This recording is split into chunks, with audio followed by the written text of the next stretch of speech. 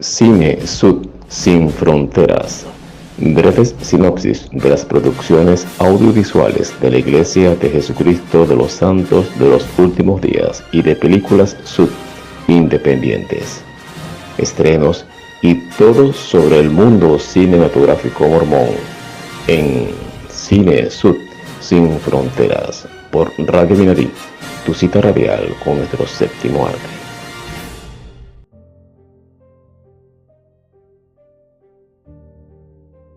¿Qué tal, cinéfilos santos de los últimos días de todas partes? Les damos la bienvenida una vez más a su espacio favorito, Cine Sud Sin Fronteras. En esta ocasión vamos a abordar una producción que ha estado en mi mente por varias semanas, el documental Un falsificador entre mormones, o como es en inglés, Murder Among the Mormons. Este documental fue estrenado en Netflix en el año 2021. Esta docuserie de 3 capítulos retoma la historia de los 3 atentados con bomba en Salt Lake City en 1985.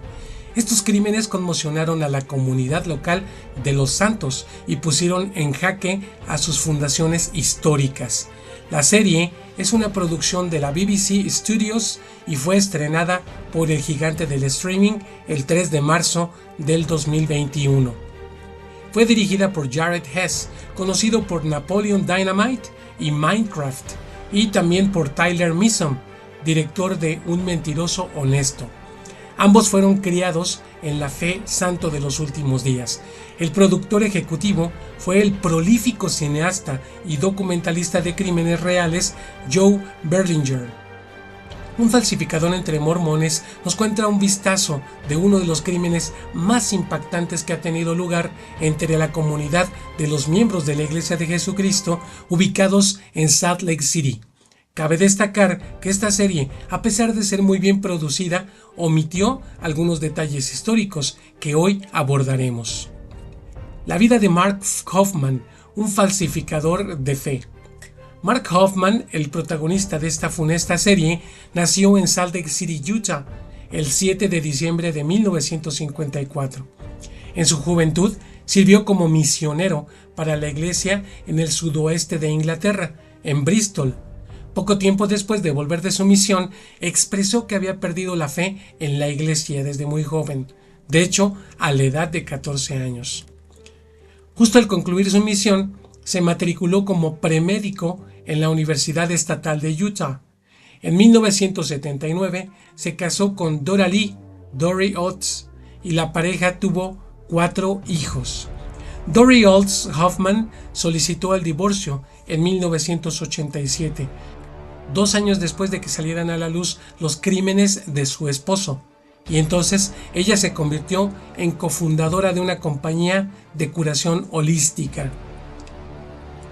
En 1980, Hoffman afirmó que había encontrado una Biblia del Rey Santiago del siglo XVII, la cual contenía un documento doblado, la transcripción que el escriba de José Smith, Martin Harris, había presentado al Dr. Charles Anton, un profesor de clásicos en Columbia en 1828.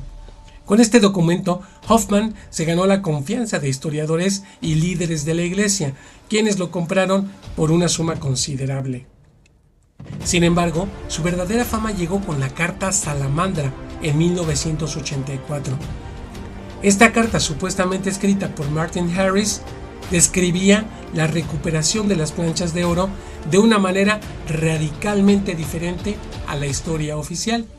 No era un ángel, sino una salamandra blanca que se transformaba en un espíritu. La noticia explotó en los principales medios de comunicación, especialmente en el Salt Lake Tribune, generando un escándalo de proporciones bíblicas. La prensa debatía acaloradamente cómo es que este documento podía poner en jaque los fundamentos de la fe, asociando los orígenes de la iglesia con la magia y el cavar dinero. La polémica se extendió por todo el país, sembrando la duda y el desasosiego en la comunidad. Sin embargo, en 1984, Gerald y Sandra Tanner, críticos de la iglesia, se convirtieron en los primeros en declarar la carta como una falsificación, a pesar de que este documento habría fortalecido sus propios argumentos. Bombas en Salt Lake City, el terror de un asesino en serie. A pesar de las grandes sumas de dinero que ganó con sus falsificaciones, Hoffman estaba profundamente endeudado, en parte debido a su estilo de vida lujoso y a sus compras de libros genuinos de primera edición. En un intento desesperado por saldar sus deudas, intentó negociar la venta de la falsa colección McLellin, insinuando que contenía revelaciones desfavorables para la iglesia. Pero Hoffman no tenía idea de dónde estaba la colección, ni tuvo tiempo para falsificarla. El acoso de sus acreedores lo llevó a un punto de no retorno: construir bombas. El 15 de octubre de 1985 detonó la primera bomba, asesinando al coleccionista de documentos Steven Christensen, quien en ese momento tenía el llamamiento de obispo en su barrio. La posición de Christensen como obispo era significativa, ya que le daba acceso a líderes de alto nivel en la iglesia, lo cual facilitó sus tratos con Hoffman y añadió un nivel adicional de conmoción y traición a los crímenes. Ese mismo día, una segunda bomba mató a Kathy Sheets, la esposa del antiguo empleador de Christensen. Como podrán imaginar, el pánico se apoderó de Salt Lake City. Los principales medios de comunicación se apresuraron a cubrir esta historia, especulando que un bombardero de Utah o un asesino en serie estaba atacando a la comunidad mormona. El miedo y la incertidumbre eran palpables en las calles, mientras los titulares advertían sobre un posible asesino que apuntaba a los santos de los últimos días. La naturaleza de las bombas era macabra. Se trataba de artefactos caseros y muy rudimentarios, fabricados con tuberías de metal llenas de grandes clavos que se incrustaban en las paredes y en las víctimas. Pero el caso dio un giro dramático y escalofriante. Al día siguiente, una tercera bomba explotó en el automóvil del propio Mark Hoffman, hiriéndolo gravemente. La policía, que inicialmente lo consideraba una víctima, lo identificó rápidamente como el principal sospechoso. El asombro fue total. El hombre que había engañado a la iglesia con sus documentos era también el asesino que había aterrorizado a la comunidad. La prensa pasó de buscar a un psicópata externo a exponer el complejo entramado de fraude, ambición y muerte de un solo hombre. Hoffman fue arrestado en enero de 1986, acusado de 27 cargos, incluyendo asesinato en primer grado.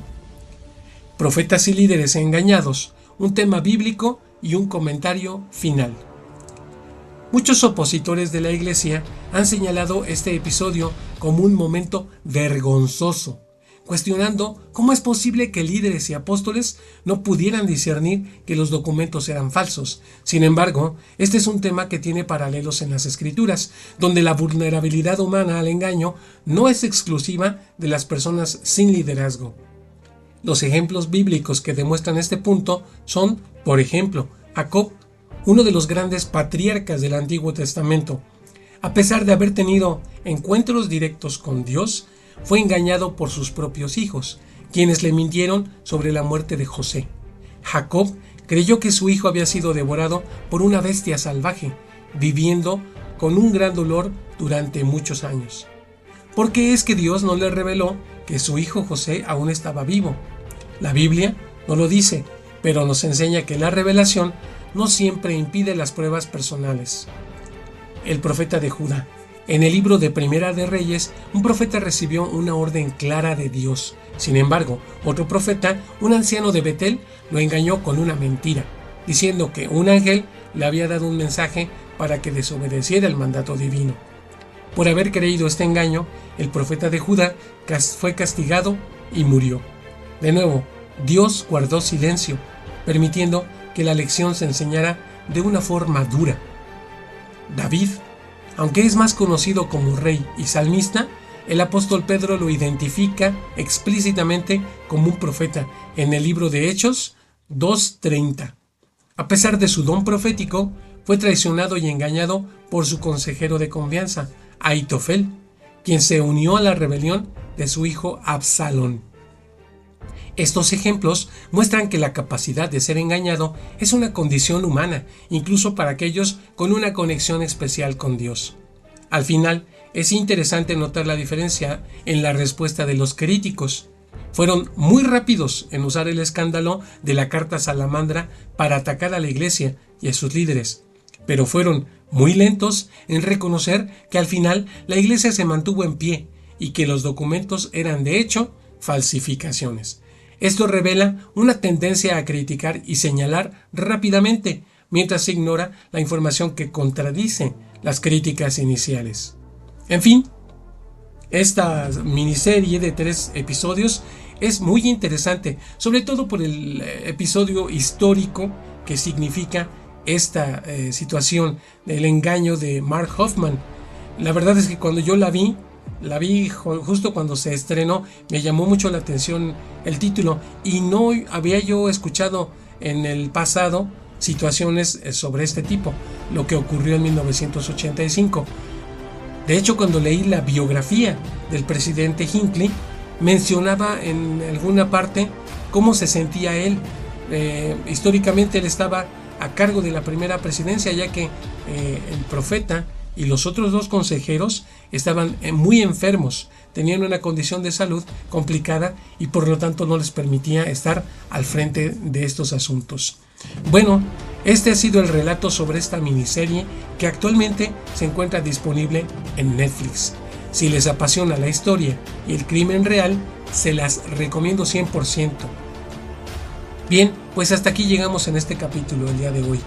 Recuerden que tenemos nuestro canal de YouTube en Cinesud Sin Fronteras, en donde se guardan estas cápsulas, estas reseñas que se guardan semana a semana, así como algunas películas que se nos han permitido subir.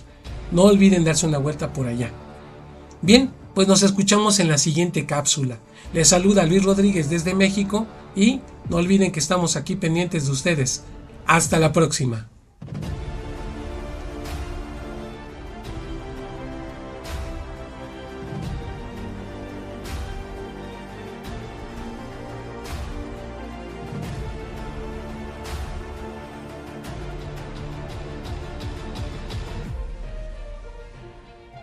Mark Hoffman, un falsificador entre mormones, se titula la miniserie que la plataforma estrenará el próximo miércoles 3 de marzo. Dividida en 3 episodios, la nueva docuserie del streaming gira en torno a la conmoción que sufrió a mediados de los 80 la iglesia, nacida justamente en Salt Lake City.